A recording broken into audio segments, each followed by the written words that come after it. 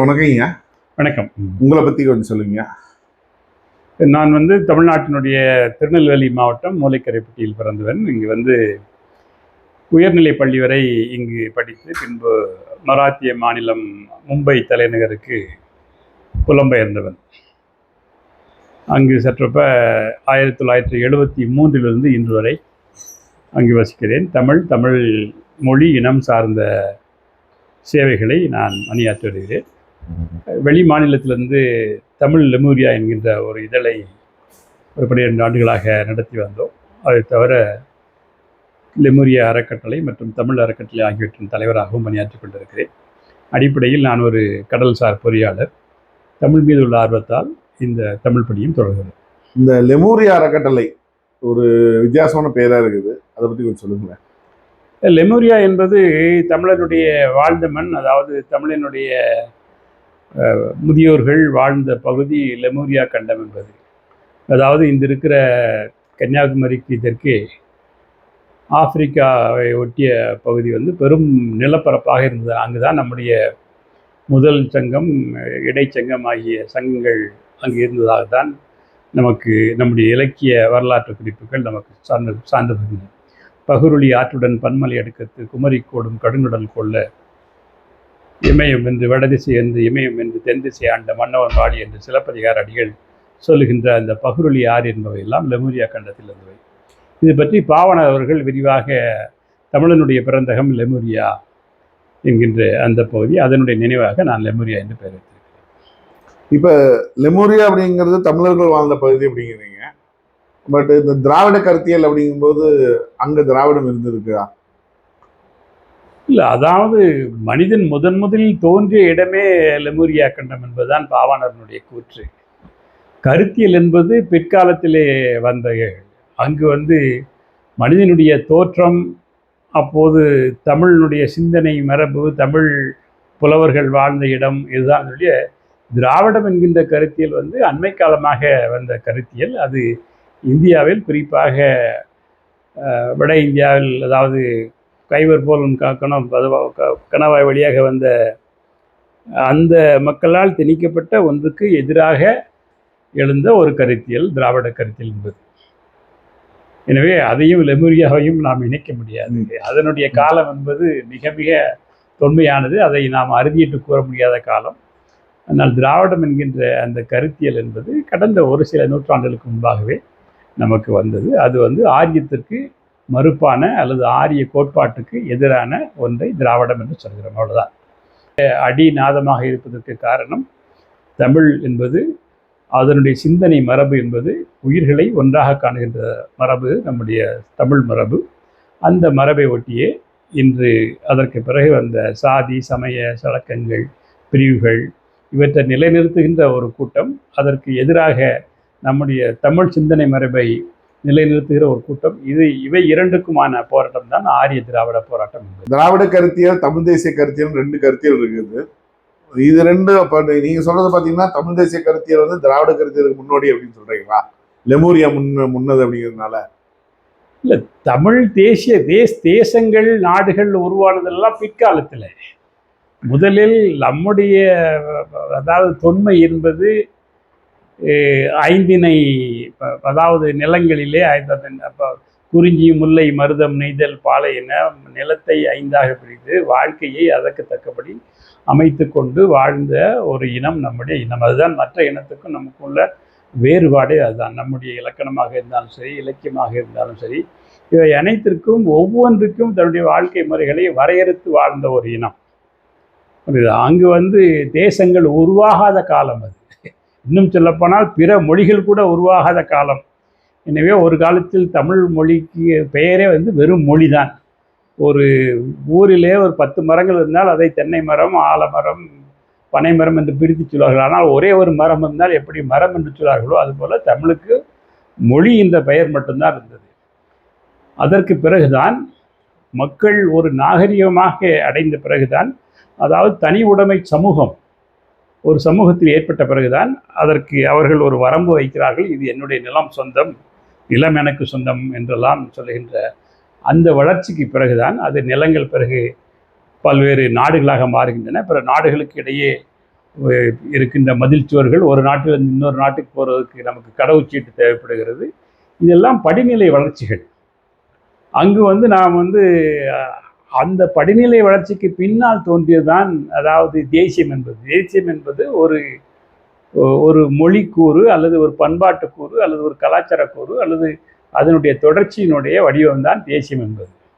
இந்தியாவை எடுத்துக்கொண்டால் இந்தியாவில் இருக்கக்கூடிய தேசிய இனங்கள் தமிழ் தேசிய இனம், மலையாள தேசிய இனம், மராத்திய தேசிய இனம், இப்படி பல்வேறு தேசிய இனங்களுடைய கூட்டமைப்பு தான் நம்முடைய இந்திய நாடை ஒழிய வேறு அல்ல.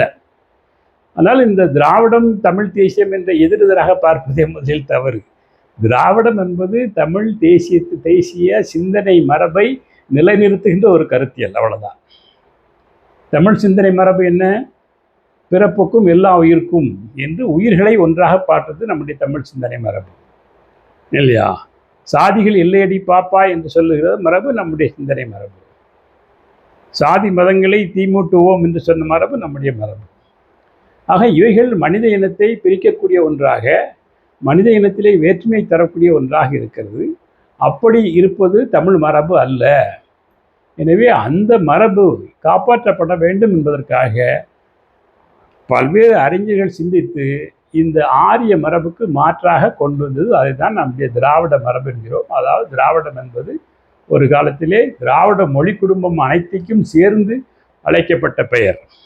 அதற்கு பிறகு திராவிடத்திலிருந்து பல்வேறு மொழி குடும்பங்கள், கிட்டத்தட்ட 27 மொழிகள் திராவிட மொழி குடும்ப மொழிகள். ஆனால் இன்று நாம் பேசுகின்ற தமிழ், மலையாளம், கன்னடம், தெலுங்கு, துளு போன்றவைகள் ஓரளவுக்கு இன்று பேச்சு வழக்கில் இருக்கின்றன. ஆனால் இவர்கள் அனைவரும் தமிழுடைய ஆணி வேர் என்றாலும் கூட எவ்வாறு அந்த ஆரிய மரபானது தன்னுடைய பண்பாட்டு கூறுகளை தமிழ் இனத்தினுடைய அல்லது திராவிட இனத்தினுடைய பல்வேறு மொழிகளில் திணித்ததின் விளைவாக அந்த மொழிகள் இன்று மாற்றம் பெற்றிருக்கின்றன. தமிழை போல அவர்கள் எதிர்ப்பதில் சமஸ்கிருதத்தை அவர்கள் எதிர்க்க முடியாது. காரணம், சமஸ்கிருதத்தை அவர்கள் எதிர்த்தால் அந்த சமஸ்கிருத சொற்களை அங்கிருந்து நீக்கினால் அந்த மொழி நிற்காது. அது கன்னடமாக இருந்தாலும் சரி, மலையாளமாக இருந்தாலும் சரி, மொழி நிற்காது. தனித்து இயங்கக்கூடிய ஒரே தன்மை தமிழ் மொழிக்கு உண்டு. எனவே அதைத்தான் ஒரு காலத்திலே சேர, சோழ, பாண்டிய மன்னர்கள், கலிங்கம் வரை, ஏன் இமயம் வரை வாழ்ந்த மன்னர்கள் இந்த கருத்தியலோடு வாழ்ந்தார்கள். இந்த ஆரிய மரபானது இங்கு கால் ஊன்றிய பிறகு வந்த பிளவுகள், சிக்கல்கள், மதம், மூட நம்பிக்கை ஆகியவைகளுக்கு எதிராக ஒரு கருத்தியலாக உருவானது திராவிட கருத்தியல் என்பது. திராவிடம் மிக செழிப்பாக கோல் வச்சு கொண்டிருந்தது தமிழ்நாட்டில். அதர் ஸ்டேட்டை, மற்ற ஸ்டேட்டுங்களை நீங்கள் கம்பேர் பண்ணும்போது, பட் இந்த தேர்தலில், சமீபத்திய தேர்தலில் 2 திராவிட கட்சிகளும் தோற்றுவிட்டன. அதை எப்படி பார்க்குறீங்க? அதாவது திராவிட கட்சிகள் என்பது வேறு, திராவிட கருத்தியல் என்பது வேறு. கட்சிகள் பல நேரங்களிலே தன்னுடைய கட்சியினுடைய இருப்பை காப்பாற்றிக் கொள்வதற்காகவும் அல்லது அதிகாரத்தன்மையை நாம் அனுபவிக்க வேண்டும் என்பதற்காகவும் அவ்வப்போது பல்வேறு சமரசங்களை செய்து கொள்கின்றது கட்சிகளுடைய வேலை. ஆனால் கருத்தியல் அவ்வாறு இருக்க முடியாது. கருத்தியல் என்பது எந்த கட்சி ஆண்டாலும் சரி அந்த கருத்தியல் தான் ஆளுகிறது என்பதுதான் இன்றைக்கு தமிழ்நாட்டினுடைய உண்மை. அது நாளை காங்கிரஸ் ஆண்டாலும் சரி, இல்லை இன்று ஆளுகின்ற டிவிக்கு என்று சொல்லக்கூடிய தமிழக வெற்றி கழகமானாலும் சரி, நாளை பிஜேபியே கூட ஆண்டாலும் கூட தமிழ்நாட்டில் திராவிட கருத்தியல் தான் ஆளுமை ஒழிய திராவிட கட்சிகள் ஆளாமல் இருக்கலாம். ஆனால் திராவிட கருத்தியல் உயிரோடு இருக்கிறது என்பதுதான் உண்மை. சமூக நீதி கொள்கை என்பது இந்த தமிழ்நாட்டிலே மிக மிக தெளிவாக ஊன்றிய கொள்கை. அதுபோல மதங்கள், மூட நம்பிக்கைகள் இவைகளை அகற்றி ஒரு நல்ல ஒரு மனித குலமாக வாழ வேண்டும் என்பது திராவிட கருத்தில். அதிலே இன்று பல்வேறு ஊடுருவல் காரணமாக நம்முடைய மக்கள் பிரிந்து கிடக்கிறார்கள் என்பதையும் நாம் ஏற்றுக்கொள்ள வேண்டும். அடிப்படையில் கட்சி அரசியல் வேறு, கருத்தியல் அரசியல் வேறு. இப்போது வந்திருக்கிற இவர் கூட தன்னுடைய தலைவர்களாக அல்லது கொள்கைவாதிகளாக முன்னிறுத்துவோர். அவர் அதை அந்த வழியில் பயணிக்கிறாரா என்பது நாம் இனிமேல் தான் பார்க்க வேண்டும். ஆனால் முன்னிறுத்துகின்ற அந்த தலைவர்கள் பெரியாரையும், அம்பேத்கரையும், காமராசரையும் முன்னிறுத்துகிறார் என்றால் அதனுடைய அடிப்படை திராவிட கருத்தியல் தான், வேற ஒன்றும் இல்லை. ஆரியத்திற்கு எதிர்ப்பு, மூட நம்பிக்கைகளுக்கு எதிர்ப்பு, மதங்களுக்கு எதிர்ப்பு, மனித பிரிவினைகளுக்கு எதிர்ப்பு. எல்லாருக்கும் எல்லாம் வேண்டும் என்கின்ற சமூக சமநிலை கோட்பாடு. எனவே திராவிட கருத்தியல் அல்லது தமிழ் கருத்தியல் தான் இன்றும் வாழ்ந்து கொண்டு இருக்கிறது. கட்சிகள் மாறலாம், அதில் ஒன்றும் நமக்கு அது அவ்வப்போது மக்கள் தங்களுக்கு ஏற்படுகிற அனுபவங்கள் அல்லது இன்னல்கள் அல்லது ஏற்றங்கள் இவைகளுக்கு ஒப்ப அவர்கள் வாக்களிக்கிறார்கள். அந்த வாக்குகள் எவ்வாறு இந்தியாவிலே இப்போது நடைபெறுகிறது என்பது பல்வேறு கேள்விக்குறிகளுக்கு உட்பட்டதாக இருக்கிறது. இன்று அறிவியல் வளர்ச்சியிலே வருகிற இந்த சமூக ஊடகங்கள் செய்திகளை மிக எளிமையாக கொண்டு சேர்க்கின்றன இளைஞர்களிடம். இளைஞர்களுக்கு பல்வேறு வரலாற்று பின்னணிகள் தெரியாமல் இருக்கலாம், அல்லது பெண்களுக்கு வரலாற்று பின்னணிகள் தெரியாமல் இருக்கலாம். எனவே அதை கூட ஒரு போலி பிம்பங்களை கூட அது உண்மை என்று நம்பக்கூடிய தன்மை சில காலம் வெற்றி பெறும். அதுவே நிலை பெறக்கூடிய வாய்ப்பு கூட இருக்கிறது. நாம் அதையெல்லாம் இப்போ கணித்து சொல்ல முடியாது. அப்படி ஏற்பட்ட ஒரு விபத்து தான் இப்போது நடந்த இந்த தேர்தல். காரணம், எந்த அரசியல்வாதியும் எந்த அரசியல் கணிப்பாளர்களும் கணிக்காத ஒன்று இந்தியாவிலே இன்று தமிழ்நாட்டில் நடைபெற்றிருக்கிறது. அப்படித்தான் எடுத்துக்கொள்ள வேண்டும் ஒழிய இது ஒரு கட்சியினுடைய தோல்வியாகவோ அல்லது இவர்களை மக்கள் முழுமையாக வெறுத்து ஒதுக்கிவிட்டார்களோ என்று கருத்தியல் ரீதியாக நாம் அப்படி எடை போட வேண்டாம் என்று கருதுகிறேன். மோடி அவர்கள் எங்கே போனாலும் தமிழ் மொழி முன்னிலை வைக்கிறது எல்லாம் பேசிகிட்டு இருக்காரு. பட் ஆனால் பார்த்தீங்கன்னா சமீபத்திய உதாரணம் பார்த்தீங்கன்னா அமைச்சர்கள் பதவியேற்பும் சரி, இல்லை முதலமைச்சரோட பதவியேற்பும் சரி, தமிழ் தாய் வாழ்த்து 3வது இடத்துக்கு தள்ளப்பட்டது. இதை நீங்கள் எப்படி பார்க்குறீங்க? அதாவது நம்முடைய தலைமை அமைச்சர் மோடி அவர்கள் ஒரு மிகச்சிறந்த நடிகர். அவர் ஒரு பகுதி மக்களை தன்னுடைய சூழ்ச்சியால் அல்லது தந்திரத்தால் எவ்வாறு கவர்வது என்பதை நன்றாக அறிந்து வைத்து அதற்கு ஒப்ப தன்னுடைய உடைகளை மாற்றிக்கொள்வார், தன்னுடைய பேச்சை மாற்றிக்கொள்வார். அங்கு போகின்ற போது அந்தந்த மொழியை பற்றி பேசுவார்கள். இதெல்லாம் அவருடைய சொல்லிலே வரக்கூடிய செய்திகள் தான் ஒழிய செயல்பாட்டிலே அல்ல. அது நமக்கு தெள்ள தெளிவு. காரணம், இந்தியாவிலேயே முதலாக பல்வேறு ஒரு தொன்மையான மொழிகள், சமஸ்கிருதம் போன்ற தொன்மையான மொழிகள், வங்காளம் போன்ற தொன்மையான மொழிகள் இருந்தாலும் கூட அவை அனைத்திற்கும் தொன்மையான மொழிகளாக நம்முடைய தமிழ் மொழி தான் இருந்தது. அதற்கு செம்மொழி தகுதியை இந்திய அரசானது வழங்கியது சமஸ்கிருதத்துக்கல்ல, தமிழ் மொழிக்கு தான்.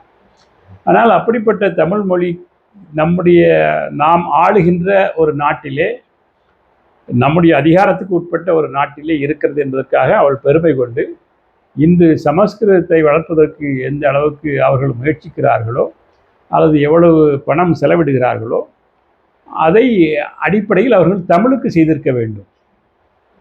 ஆனால் அவர் பேசுகின்ற மேடையிலே பேசுகின்ற பேச்சு என்பது தமிழ் தொன்மையான மொழி, தமிழ் தான் முக்கிய வளமுக்கிய மொழி என்றெல்லாம் பேசுவார். ஆனால் அதை செயல்பாட்டிலே அந்த மொழியை பரப்புவதற்கு இன்று இந்திய மாநிலங்களில் எத்தனை பிற மாநிலங்களில் தமிழுக்காக பல்கலைக்கழகமோ அல்லது தமிழுக்காக ஆய்விருக்குகளோ அமைக்கப்பட்டிருக்கின்றன. இவை அனைத்தும் அவருடைய அதிகாரத்துக்கு உட்பட்ட ஒன்று. உள்ளபடியே அவருக்கு மனப்பூர்வமாக அப்படி ஒரு நிலை இருக்குமானால் இதையெல்லாம் அவர் கடந்த 12 ஆண்டுகளிலே செய்திருக்க முடியும். ஓரிரு ஆண்டுகளிலே அவர்கள் என்னென்ன நினைக்கிறார்களோ அனைத்தையும் செய்ய முடிந்த மோடி அவர்களுக்கு இதை செய்ய இயலாதா? அதாவது 370 சட்ட திருத்தத்தை கொண்டு வந்தது, அப்புறம் மற்ற வெளிநாடுகளிலிருந்து வர மக்களை தடுக்கின்ற வகையிலே, குறிப்பாக இஸ்லாமிய மக்களை தடுக்கின்ற வகையிலே சட்டம் இயற்றுவது, சமூக நீதிக்கு எதிராக இருக்கின்ற பொருளாதார அளவுகளிலே சட்டம் இயற்றுவது, இவைகளெல்லாம் நம்முடைய அரசமைப்பு சட்டத்துக்கு முரணான செய்திகளாக இருந்தால் கூட அவர்கள் நினைத்தால் அதை நடைமுறைப்படுத்த முடிகிறது. ஆனால் உண்மையிலேயே இந்த நாட்டிலே இருக்கிற செம்மொழியான தமிழுக்கு அவர்கள் போதிய அளவு செய்யவில்லை. அதனுடைய வெளிப்பாடு தான் அவருடைய சொல்லுக்கும் செயலுக்கும் தொடர்பு கிடையாது. அதனால்தான் இப்போது அவருடைய ஆளுமையின் கீழ் அல்லது ஒன்றிய அரசின் ஆளுமையின் கீழ் இருக்கிற ஆளுநர்கள் மூலமாக அந்த வேலையை அவர்கள் செய்கிறார்கள். இதை எதிர்த்து இப்போது இருக்கின்ற யாராக இருந்தாலும் சரி அவர்கள் சண்டை போட முடியாது என்ற அளவுக்குத்தான் இப்போது இருந்து கொண்டு இருக்கிறது. இந்த ஆட்சியில் இருந்த ஆளுநர் அவர்கள் சட்டமன்றத்துக்கு உள்ளே முதலில் ஜனகணமனகன பாட வேண்டும், இல்லை என்றால் நான் வெளியே போகிறேன் என்று வெளிநடப்பு செய்தார். ஓராண்டு செய்தார், 2 ஆண்டு செய்தார், 3வது ஆண்டு கூட செய்தார். ஆனால் நம்முடைய தமிழ்நாடு அரசானது இந்த தமிழ்த்தாய் வாழ்த்தை அரசு ஆணையாகவே வெளியிட்டிருக்கிறது. 2000, அதாவது ஒரு முறை இந்த தமிழ்த்தாய் வாழ்த்து பாடுகின்ற பொழுது ஆரிய கருத்தியலை தன்னுடைய நெஞ்சிலே ஏந்தி இந்து மதத்தினுடைய ஒரு தலைவனாக இருக்கக்கூடிய சங்கராச்சாரியர்கள் தமிழ்த்தாய் வாழ்த்து போடும்போது எழுந்திருக்கவில்லை. அதுக்கு எதிராக சிலர் நீதிமன்றத்துக்கு போன போது அங்கு சொல்லப்பட்ட செய்தி, எழுந்திருக்க வேண்டிய கட்டாயம் எங்கே இருக்கிறது என்ற கேள்வி வந்தது. காரணம், அது அரசு ஆணையாக அப்போது இல்லை, நாம் ஒரு மரபாக பின்பற்றி வந்தோம். அதற்கு பிறகு அரசு ஆணையாகவே மாறியது. எனவே அந்த மரபு இப்போது தமிழ்நாட்டினுடைய சட்டம். அதை அந்த சட்டமன்றத்துக்குள் ஆளுநர் கடைபிடிக்க மறுத்தார். அதை அன்றிருந்த தமிழ்நாடு முதல்வர் மாண்புமிகு மு.க. ஸ்டாலின் அவர்கள் எதிர்த்தார். அந்த போட்டி தான், அதாவது முதலமைச்சருக்கும் ஆளுநருக்குமான ஒரு வெளிநடப்புகள் அது தொடர்ந்து நடைபெற்று வந்தன. இப்போது வரக்கூடிய சட்டமன்றத்திலும் இது நிகழக்கூடும். அப்போது இந்த அரசு எவ்வாறு கையாளுகிறது என்பதை நாம் பொறுத்திருந்தான் பார்க்கிறோம். முன்னாடி இருந்த பிரதமர்கள் யாராவது போய் வெளிநாட்டெல்லாம் போய் தமிழை பத்தி பேசுனாங்களா, தமிழ் திருக்குறள் பேசுனாங்களா, எங்க மோடி பேசுறாரு அப்படின்னு புலங்காயுதம் அடைகிறாங்க. ஒரு மொழியை அல்லது ஒரு பண்பாட்டு கூறுகளை முன்னெடுக்க வேண்டும் என்றால் எவ்வாறு சமஸ்கிருதத்துக்காக இவர்கள் தனி சட்டங்கள் இயற்றுகிறார்கள், சமஸ்கிருத வாரம் கொண்டாடுகிறார்கள், சமஸ்கிருதத்துக்கு 2000 கோடிக்கும் அதிகமாக செலவழிக்கிறார்கள். இவை ஒரு 25,000 பேர் பேசுகின்ற அல்லது மக்களால் பெண்களால் பேசப்படாத ஒரு மொழி எப்படி தாய்மொழியாக இருக்க முடியும்? ஆக அப்படிப்பட்ட ஒரு மொழிக்கு அவர்கள் எடுக்கின்ற முன்னேற்றங்கள் அல்லது முன்னேற்பாடுகள் அல்லது அவர்கள் அதற்கு எடுக்கக்கூடிய தருகின்ற ஊக்கங்கள் தமிழ்மொழிக்கு தரப்படுவதில்லை. உதட்டளவிலே யாரும் எதையும் பேச முடியும். அதை வைத்துக்கொண்டு காசி தமிழ்ச்சங்கம் ஒன்று செய்கிறார்கள், காசி தமிழ் சங்கமம் என்ற ஒன்று செய்கிறார்கள். தமிழ் என்று பேசுகின்ற போது தமிழ் என்பது மதங்களை கடந்தது, சாதிகளை கடந்தது. தமிழினுடைய தொன்மையை அல்லது தமிழுடைய நாகரிக கோட்பாட்டை நாம் அறிந்து கொள்ள வேண்டுமானால் நம்முடைய தொல்காப்பியம் மற்றும் சங்க இலக்கியங்கள், 10 பாட்டு, 8 தொகை, திருக்குறள் போன்ற நூல்களில் தான் நம்முடைய அடையாளம் அங்கு பதுங்கி கிடைக்கிறது. அதற்கு பின்னாலே வந்த நூல்கள் திருவாசகம், திருமந்திரம் அல்லது தேவாரம் அல்லது மற்ற வைணவ நூல்கள், ராமாயணம், இவைகள் ஒரு பக்தியையும் மக்களிடையே பல்வேறு மூட நம்பிக்கைகளையும் மதச்சார்பையும் வெளிப்படுத்தியதை ஒழிய தமிழில் செய்தார்கள் என்பது மறுக்க முடியாது. எனவே அதன் மூலமாக இங்கு ஏதாவது செய்ய முடியுமா என்பதற்காகத்தான் அந்த காசி தமிழ் சங்கம் நடக்கிறதை ஒழிய தமிழினுடைய சிந்தனை மரபை வெளிக்கொண்டுவதற்காக நடப்பதில்லை. எனவே அதுக்காக அதை வைத்துக்கொண்டு நாம் இவர் தமிழுக்காக பேசுகிறார் அல்லது தமிழுக்காக இவையெல்லாம் செய்கிறார் என்றெல்லாம் நாம் எடுத்துக்கொண்டால் அது நம்முடைய அறியாமைத்தான் ஒழிய வேறு அல்ல. தமிழ்நாட்டிலேயே நிறைய கோயில்களில் தமிழ் அர்ச்சனை செய்யறது இல்லையே, சமஸ்கிருதம் தான் அர்ச்சனை செய்யறாங்க. ஏன் இந்த நிலைமை? ஆமாம், அதாவது தமிழ் அதில் அதே தான் சொல்கிறேன், அங்கு தான் ஆரியம் என்னும் இன்னும் உயிரோடு இருக்கிறதுன்னு சொல்ல வரேன். அதாவது ஆகம விதிகள், அதாவது நம்முடைய அரசமைப்பு சட்டத்திலே மதம் சார்பானதை நாம் அந்த உரிமைகளில் அதிகமாக தலையிடக்கூடாது என்கின்ற வகையிலே அமைந்திருக்கிறது. அப்படி பார்க்கும்போது மதம் என்று வந்த பிறகு அங்கே இந்து மதத்துக்கு அது ஆகம விதிகள் என்று, இது ராசராசன் காலத்திலிருந்தே இது உள்ளே நுழைந்த ஒன்று. தமிழிலே அர்ச்சனை இல்லாமல் அங்கு சமஸ்கிருதத்துக்கும் பார்ப்பனர்களுக்கும் அவர்கள் அடங்கி போனார்கள். அதை பெருசாக அவர்கள் கடவுள் மொழியாக கருதினார்கள். காரணம், தமிழை பற்றிய தொன்மையை பற்றிய அதனுடைய சிந்தனையை பற்றிய விரிவாக அப்போது வெளிவரவில்லை. நம்முடைய சங்க இலக்கியங்கள் வகைப்படுத்தப்பட்டது கடந்த 1925ஆம் ஆண்டு தான். அதுக்கு பிறகுதான் இது 10 பாட்டு, 8 தொகை, இந்தந்த நூல்கள்லாம் பதிப்பிக்க பெற்ற பிறகுதான் நமக்கு இவ்வளவு நல்ல செய்திகள் நம்முடைய இலக்கியங்களே இருக்கிறதா. அதற்கு முன்பு இருந்தவையெல்லாம் அன்றைய தினம் இருந்த பார்ப்பனர்கள் அல்லது மதவாதிகள் என்ன சொன்னார்களோ அதை அப்படியே நம்முடைய தமிழ் உலகம் ஏற்றுக்கொண்டது. இன்னும் சொல்லப்போனால் தமிழை தமிழாக பேசாமல் அதான் சமஸ்கிருதம் கலந்து பேசுவதுதான் இனிமையாக இருக்கிறது என்று நம்பிய சமூகம் நம்முடைய சமூகம். எப்படி ஜான் மார்ஷல் அவர்கள் திராவிட நாகரிகத்தினுடைய கூறுகளை, சிந்துவெளி நாகரிகத்தினுடைய கூறுகளை திராவிட நாகரிகம் என்று சொன்னாரோ, அதுபோல் சங்க இலக்கியத்தினுடைய கூறுகளை பார்த்த பிறகு வெளிநாட்டில் இருந்த அறிஞர்கள், கால்டுவெல் போன்றவர்கள், இந்த மொழிக்கும் அந்த மொழிக்கும் எந்த விதமான ஒற்றுமையும் கிடையாது, இந்த பண்பாடு வேறு அந்த பண்பாடு வேறு என்று எடுத்துட்டார்களோ அதுவரை தமிழானது புதைக்கப்பட்டிருந்தது. என் திருக்குறளை யாருமே பேசலையே. திருக்குறளை தந்தை பெரியார் 1948 ஒரு மாநாடு போட்டவரை தான் திருக்குறளே வெளி உலகுக்கு தெரிய வருகிறது. ஸோ அந்த அளவுக்கு தமிழினுடைய தொன்மையும் பண்பாடும் கலாச்சாரமும் அதனுடைய மேன்மையும் மறைக்கப்பட்டிருந்தது. காரணம், இது வெளியே வந்தால் அந்த ஆரிய கோட்பாடானது எடுபடாது. இது ஒரு 2000 கால போர். இப்போது கடந்த ஒரு 100 ஆண்டுகள் தான் நாம் இதிலிருந்து கொஞ்சம் விழித்திருக்கிறோம்.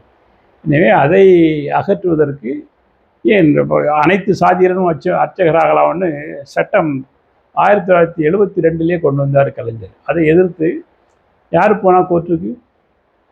நீதிமன்றத்துக்கு சென்றார்கள். இது ஆகம விதிகளுக்கு முரணானது. உடனே நீதிமன்றம் அதை அவர்களுக்கு ஆதரவாக தீர்ப்பளிக்கிறது. கிட்டத்தட்ட 30 ஆண்டுகளுக்கு பிறகு அதையெல்லாம் உடைத்து தற்போது வந்திருக்க அரசு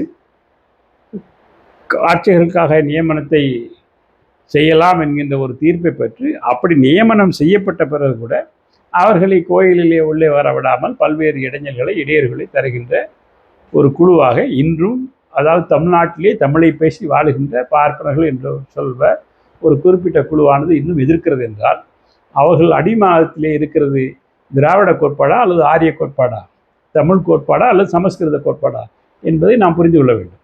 1948 பெரியார் போடப்போதான் திருக்குறள் எல்லாம் தெரியுது அப்படிங்கிறீங்க. இல்லை, அதற்கு முந்தி வந்தால் எல்லிஸ் போன்றவர்கள் திருக்குறள் இப்படி ஒரு நூல் இருக்குங்கிறத வெளியே கொண்டு வந்தாங்க. ஆனால் அதை பேசுவதற்கு அன்றிருந்த சமூகமானது அவ்வளவு அதிகமாக மற்ற இலக்கியங்களை பேசிய மாதிரி, அதாவது பக்தி இலக்கியங்களை எடுத்து பேசிய மாதிரி, சைவ இலக்கியங்களை பேசிய மாதிரி இது கொண்டு வரப்படவில்லை. எதை வெளியே கொண்டு வர வேண்டுமோ அது புதைக்கப்பட்டு, எது வெளியே வரக்கூடாது, அதாவது செய்யத்தக்க அல்ல செய்யணும், செய்யத்தக்க செய்யாமை ஆயினும் கெடும் என்று சொல்வானல்ல வள்ளுவன். அதை மாதிரி எதையெல்லாம் செய்யக்கூடாதே அதை செய்தது, எதை செய்ய வேண்டுமோ அதை செய்யவில்லை.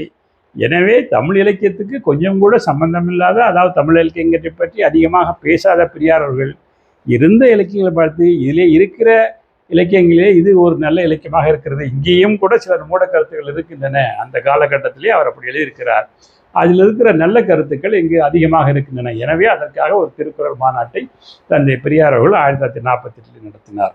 இல்லை, அதில் தான் இந்த தமிழ் தேசியவாதிகள், நாம் தமிழர் கட்சியின் போன்றவர் மாறுபடுகிறார்களே, அதை பற்றி நீங்கள் எப்படி பார்க்குறீங்க?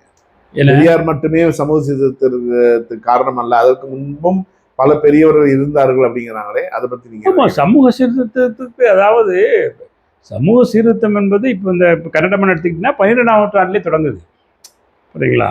அதே மாதிரி தமிழில் திருமூலர் காலத்தில் தொடங்குது, திருவள்ளுவர் காலத்திலே தொடங்குது சமூக சீர்திருத்தம் என்பது.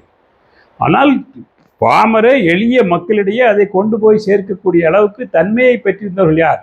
இன்னும் அம்பேத்கரை விட பெரியார் பெரிய சமூக சீர்திருத்தத்தை வாழி சொல்ல முடியாது அந்த அளவுக்கு. ஆனால் அம்பேத்கரால் கொண்டு செல்ல முடியாத செய்திகள் எல்லாம் பெரியார் கொண்டு சென்றார் எளிய மக்களிடம். அதுதான் வித்தியாசம் இருக்குது. வள்ளலார் அவர் பெரியாருக்கு முன்னோடி, திருவள்ளுவர் அவருக்கு வள்ளலாருக்கு முன்னோடி, பசவண்ணா இந்த மண்ணில் அவர் ஒரு முன்னோடி, இப்படி பல பேர் இருந்திருக்கிறார்கள். ஆனால் பெரியாரை போன்ற உழைப்பு எந்த மக்களிடம் எப்படி சொல்ல வேண்டுமோ அப்படி சொல்வதற்கு தன்னுடைய வாழ்நாளை அர்ப்பணித்தவர் பெரியார். அப்படித்தான் பார்த்து அவரை சமூக சீர்திருத்த ஏன் அயோத்திதாசர் சொல்லலையா? சொல்லியிருக்காரு. ஆனால் அயோத்திதாசருடைய அதாவது அதற்கு பின்னாலே அவருடைய பரப்புரை அல்லது எப்படி இருந்தது? அவர் ஒரு நல்ல சிந்தனையாளர், நல்ல எழுத்தாளர், சொந்தமாக பத்திரிகை நடத்தினார். அந்த அளவுக்கு துணிச்சல் இருந்தது. பறையன் என்று பத்திரிகை நடத்தினார், தமிழன் என்று பத்திரிகை நடத்தினார். இருந்தாலும் கூட இந்த பெரியாருடைய வருகைக்கு பிறகு இந்த மண் எப்படி மாறுபட்டதோ சமூக நீதி களத்திலே, அந்த மாறுதல் அவர்கள் காலத்தில் ஏற்படவில்லை. அதுதான் பெரியாருக்கும் மற்ற சமூகத்திற்கும் உள்ள வித்தியாசம். அப்படித்தான் நாம் பார்க்கிறோம். இவர்கள் பெரியார் மீது உள்ள கால் பண்ணிச்சால் சொல்லலாம், பெரியார் தான் படிக்க வச்சாருன்னு சொல்றீங்களே, அப்படியா? திருவள்ளுவர் அவரை படிக்க வச்சாரு, ஔவையார் அவரா படிக்க வச்சாரு? நாங்கள் கேட்கிற கேள்வி, ஔவையாரும் திருவள்ளுவரும் படித்தார்களே 2000 ஆண்டுகளுக்கு முன்பு, 100 ஆண்டுகளுக்கு முன்பு என்னுடைய தாத்தாவும் பாட்டனும் படிக்கவில்லையே, இந்த காரணம் என்ன அப்படிங்கிறத நம்முடைய கேள்வி. ஆக ஒரு நன்றாக படித்து அறிவுடைய சமூகமாக இருந்த ஒரு சமூகமானது சிறுக சிறுக படிப்பறிவு இல்லாத அதாவது ஒரு அடிமை சமூகமாக மாறி இருக்குது. இந்த மாற்றம் எவ்வாறு நிகழ்ந்தது, இந்த மாற்றத்துக்கு எது காரணியாக இருந்தது என்பதை பார்த்து புரிந்து கொண்டால் இவர்களுக்கு அந்த வித்தியாசம் தெரியும். அதிலிருந்து நம்முடைய மக்களை வெளிக்கொண்டு வந்தவர்கள் தான் காமராசர், பெரியார், அண்ணா, கலைஞர் போன்றவர்கள். அப்படித்தான் நம்ம பார்க்கணும் மொழியே. சொல்லலாம் பெண் அடிமைத்தனத்தை பெரியார் தான் இப்போ பெண் அடிமையானாலும் இப்படிதான் பெண் அடிமை பற்றி சங்க காலத்திலேயே 47 பெண் புலவர்கள் இருந்தாங்க சொல்லுவாங்க. அந்த 47 பெண் புலவர்களுடைய வாரிசுகள் ஏன் படிக்கல இல்லையா? அதை எந்த கருத்தியல் தடுத்தது? அங்குதான் நாம் வேறுபடுகிறோம். அதை புரியாமல் தான் அந்த இளந்தம்பிகள் அப்படி பேசுகிறார்கள். அது தவறாக வழிநடத்தப்படுகிறது. அப்படித்தான் நம்ம பார்க்கணும். காங்கிரஸ் மீண்டும் தமிழ்நாட்டில் 67க்கு அப்புறம் ஆட்சிக்கு வந்திருக்கு. அதை பத்தி காங்கிரஸ் ஆட்சிக்கு வந்தது என்று சொல்லக்கூடாது. காங்கிரஸ் மக்களால் தேர்வு செய்யப்பட்டு ஆட்சிக்கு கொடுக்கல. இப்போது நடந்த ஒரு விபத்து போன்ற இந்த தேர்தல் முடிவுகள் இந்த பெரும்பான்மையாக வெற்றி பெற்ற தாவேக்காக்கு ஆட்சி அமைக்க போதிய எண்ணிக்கை இல்லாமையை பயன்படுத்தி கொண்டு திமுகவிலிருந்து காங்கிரஸை பிரிந்து வந்து அவளுடன் ஒட்டி கொண்டதை வழியே இது காங்கிரஸ் ஆட்சி அமைத்து விட்டது என்று சொல்ல முடியாது. காங்கிரஸ் ஆட்சி அமைக்க வேண்டும் என்றால் திமுகவினுடைய கருத்தியலுக்கு எதிராக அல்லது திமுக என்னென்ன திட்டங்களை கொண்டு வந்ததோ அதற்கு மாற்றாக அவர்கள் ஏதாவது சொல்லி அல்லது அவர்களுடைய கருத்தியல் வேறு, நம்முடைய இந்திய தேசிய கருத்தியல் வேறு, எனவே எங்களை ஆதரிங்கள் என்று சொல்லி வந்திருந்தால் அது காங்கிரசினுடைய ஆட்சி என்று சொல்ல முடியும். இது ஒரு ஒரு பேரிடர் நடக்கும்போது எதாவது எங்கெங்கே யாருக்கு கிடைக்கோ அதை எடுத்துக்கிடுவாங்க. அந்த மாதிரி எடுத்துக்கிட்டால் தான் நம்ம பார்க்க முடியும். இது காங்கிரஸ் ஆட்சி வந்ததுன்னு என்ன இந்த பேரிடரினால் தமிழ்நாட்டில் அரசியல் களத்திலே ஒரு மாற்றம் ஏற்பட்டிருக்கிறது. அதாவது கூட்டணி அரசு என்பது இது தமிழ்நாட்டிலே இல்லாமல் இருந்தது, இன்று அது ஏற்பட்டிருக்கிறது. தாவேகா வந்ததுக்கப்புறம் கூட்டணி ஆட்சி வந்தது. கூட்டணி ஆட்சியில் 8 பட்டியலினத்தினருக்கு அமைச்சர் பதவி கொடுத்துருக்காங்க. ஆனால் திராவிடம் சமூக நீதி பேசுன திராவிடம் 1.0 கொடுக்கவில்லை அப்படிங்கிறது ஒரு பெரும் பேச்சா இருக்கு. அது என்ன சொல்றீங்க? இல்லை, கொடுக்கவில்லை அப்படின்லாம் சொல்ல முடியாது. அதாவது எண்ணிக்கையில் வேணால் மாறுபாடுகள் இருக்கலாம். என்ன சொல்ல பார்த்தீங்கன்னா இந்த திராவிட முன்னேற்ற கழகத்தில் சத்தியவாணி முத்து போன்ற மிக ஆளுமை மிக்க தலைவராக விளங்குகள் பட்டியலின மக்கள் திராவிட முன்னேற்ற கழகத்திட்ட மகளிர் எண்ணிக்கையிலே பெரும்பாலான பட்டியலினர் இருக்கிறார்கள். திராவிட முன்னேற்ற கழகத்திலே பெரும்பாலான பட்டியலின மக்கள் இன்றும் இருக்கிறார்கள். அதை ஆனால் இவர்கள் சொல்லுகிற அந்த எண்ணிக்கையில் வேணால் மாறுபடலாம். எண்ணிக்கையை இன்று யார் யார் பொறுப்பிலே, அதாவது எம்எல்ஏ, அதாவது சட்டமன்ற உறுப்பினராக தேர்ந்தெடுக்கப்பட்டார் விஜய்கிட்டே திடீர்னு கேட்டால் கூட அவராலே சொல்ல முடியாது. அப்படித்தான் இது நடைபெற்றதை ஒழிய இதை ஒரு நெடுங்கால அரசியலுடையோ வரலாற்றுடையோ ஒப்பிட முடியாது. நல்லது. ஆனால் அப்படி ஒரு மாற்றம், அதாவது இப்போ கடந்த ஆட்சி காலங்களிலே பெரும்பான்மையான சதிகள் அதிகமான எண்ணிக்கையில் இருந்தார்கள். அப்புறம் அதாவது தேர்தலிலே வாய்ப்பு கொடுக்கும்போது கூட அவர்கள் சாதியை பார்த்தார்கள், பணத்தை பார்த்தார்கள், இதெல்லாம் பார்த்தார்கள். அது உண்மை, அது மறுக்க முடியாத உண்மை. அப்படி அந்த அளவுக்கு இந்த சமூகம் மாற்றப்பட்டது. வாக்காளர்களுக்கு பணத்தை கொடுத்தார்கள். இதெல்லாம் இந்திய அரசியலிலே மாறி வருகிற ஒரு தன்மை. அதையெல்லாம் தாண்டி ஒரு ரசிக மனப்பான்மையிலே ஒரு சமூக ஊடகங்களுடைய மூலம் பரப்பப்பட்ட செய்திகள், அது பொய்யா உண்மையா என்பது வேறு, அதன் மூலம் ஒரு ஆட்சியானது அமைந்திருக்கிறது. அதிலே அதிகமான அதாவது ஒடுக்கப்பட்ட மக்கள் இருந்தால் அது நல்லது. அது திராவிட முன்னேற்ற கழகத்துக்கு போட்டி என்று நாம் எடுத்துக்கொள்ளக்கூடாது. இது ஒரு வாய்ப்பு. ஆனால் அதே நேரத்தில் நாம் இங்கு கவனிக்கக்கூடிய ஒன்று என்னவென்றால், உள்ளபடியே சமூக நீதியை நாம் முன்னெடுக்கிறோம் என்றால் குறிப்பாக இந்து அறநிலையத்துறை அமைச்சராக ஒரு பார்ப்பனரை இங்கு அமைச்சராக்கியிருக்கிறார்கள். அந்த இந்து அறநிலையத்துறைக்கு தலைமைச் செயலாளராக ஒரு பார்ப்பனரை ஆக்கியிருக்கிறார்கள். இதெல்லாம் சமூக நீதியை கருத்தில் கொண்டுள்ள, அதாவது இந்த கோயில் உள்ளே நுழைவு போராட்டத்துக்காக எவ்வளவு காலம் இந்த இயக்கம் போராடியது, சமஸ்கிருதத்திலிருந்து தமிழை அதாவது கோயிலில் மொழியாக வைக்க வேண்டும் என்று போராடியது. அப்படிப்பட்ட நிலையில் திரும்பவும் அந்த சமஸ்கிருதத்தையும் அந்த ஆகம விதிகளையும் மதிக்கின்ற, போற்றுகின்ற ஒரு சாதியைச் சேர்ந்தவர்கள் திரும்பவும் அங்கே அமைக்கப்படுவது இது உண்மையான சமூக நீதியை நோக்கி செல்கிறதா என்பது நமக்கு ஐயம். எனவே இந்த எண்ணிக்கையில், அதாவது மோடி சொல்கிற மாதிரி மோடியை விட வேறு யார் பழங்குடி மக்களுக்கும் இல்லை இஸ்லாமியர்களுக்கும் மற்றவர்களுக்கும் வந்து வாய்ப்பு கொடுத்துருக்க முடியும்? இவர்களெல்லாம் அந்த ஒரு அடையாளத்தின் கீழ் இருக்கிறார்கள் ஒழிய அவர்களால் எதை செய்ய முடிகிறது? அப்படி இப்போது விஜயனுடைய அமைச்சரவையிலே 8 ஒடுக்கப்பட்ட மக்கள் இருப்பது பாராட்டுக்குரியது, வரவேற்புக்குரியது. ஆனால் இவர்கள் எவ்வாறு இந்த மக்களுக்கு பயன்பட போகிறார்கள் என்பது எதிர் வருகின்ற காலத்திலே அவர்களுடைய கொள்கைகள் அல்லது அவர்களுடைய செயல்பாடுகளை பொறுத்து நாம் சொல்ல முடியும் ஒழிய இப்போதே நாம் அதை வெறுப்பதோ அல்லது அதை வந்து இவர்கள் செய்ய மாட்டார் என்று நாம ஊகிப்பதோ தவறு. பேசுகின்ற கடவுள் மறுப்பை பேசுகின்ற எந்த ஒரு நாத்திகவாதியும் எந்த கோயிலையும் அடித்தது கிடையாது, எந்த பிராமணனையும் அடித்தது கிடையாது. திமுக அதிமுக இரண்டுமே பின்னுக்கு தள்ளப்பட்டு விட்டது. இந்த 2 கட்சிகளோட ஃபியூச்சர் என்னவா இருக்குன்னு நினைக்கிறீங்க எதிர்காலம்? இல்லை, தேர்தல் காலத்திலே வெற்றி தோல்வி என்பது வந்து எல்லா அரசியல் கட்சிகளும் சந்தித்தது தான். கலைஞர் ஒரு மிகப்பெரிய ஆளுமையாக இருக்கும்போது கூட அவர் கூட தேர்தலிலே ஒரு மாபெரும் வெற்றியை மாபெரும் தோல்வியை அவர் மட்டுமே செல்லக்கூடிய நிலையிலே ஒரு முறை ஆகியிருக்கிறது. அதுபோல் இந்திரா காந்தி அம்மையார் அவர் வந்து தலைமை அமைச்சராக இருந்த போதே அவர் தோற்கடிக்கப்பட்டார். அண்ணா தோற்கடிக்கப்பட்டிருக்கிறார், காமராஜர் தோற்கடிக்கப்பட்டிருக்கிறார். எனவே தேர்தலில் வருகிற இந்த வெற்றி தோல்விகள் அந்த கட்சியை வந்து முழுமையாக துடை தெரியும் என்பது வந்து அரசியல் தெரியாதவர்கள் வேணால் அப்படி சொல்ல முடியாது, அரசியலாளர்கள் அப்படி எடுக்க முடியாது. இல்லை, அதிமுகவோட தோல்வியும் சரி, அடுத்தது அதுக்கு உள்ளார இருக்கிற கழகமும் 2ஆ பிரிஞ்சு இருக்கு.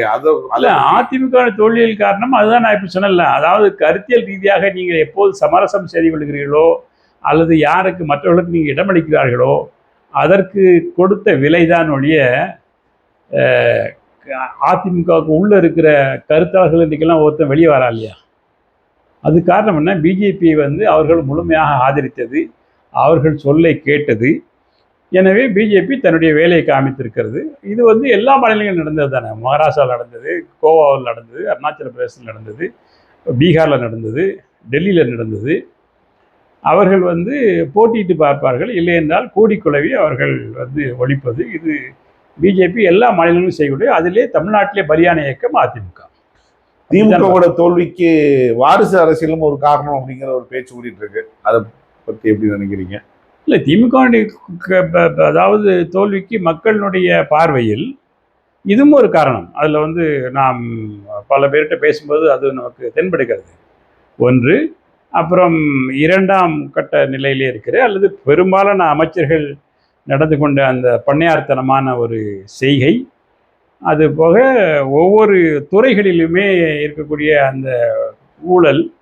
அதாவது ஒரு குறிப்பிட்ட ஒரு நில அளவைக்கு நம்ம போகிறோம்னு வைங்களேன், அதுக்கு ஒரு டோக்கன் போட்டாச்சுன்னா இவ்வளோ பணம் நீங்கள் கட்டணும் அப்படிங்கிறது. இதெல்லாம் வந்து அது திமுக ஆட்சியாக இருந்தாலும் சரி, அதிமுக ஆட்சியாக இருந்தாலும் சரி, இல்லை பிஜேபி ஆட்சியாக இருந்தாலும் இது அன்றாடம் நடைபெற்று கொண்டிருக்கின்ற ஒன்று இந்தியாவில். புரியுதா? தமிழ்நாட்டிலையும் அது நடைபெற்றது. ஆனால் விஜய் அவர்கள் இதை மட்டுமே முன்னிறுத்தி மற்ற எந்த கட்சிகளையும் தாக்காமல் இதை மட்டுமே சொல்லி சமூக ஊடகங்களிலே, சமூக வலைத்தளங்களிலே ஒரு இளைஞர் பட்டாளத்தை கொண்டு பரப்பியதன் விளைவாகவும் அந்த இளைஞர் மூலமாக அவருடைய பெற்றோர்களுக்கு தந்த அழுத்தத்தின் மூலமாகவும் பெற்ற வெற்றி. இது ஒன்றும் புதுசு இல்லை. என்னமோ திமுக தான் ஊழல் செஞ்சது, மற்ற கட்சிகளெல்லாம் நல்லா இருக்கிறாங்க, பிஜேபியை விடவா ஒருவர் வந்து ஊழல் அதிகமாக செஞ்சுவிட முடியும்?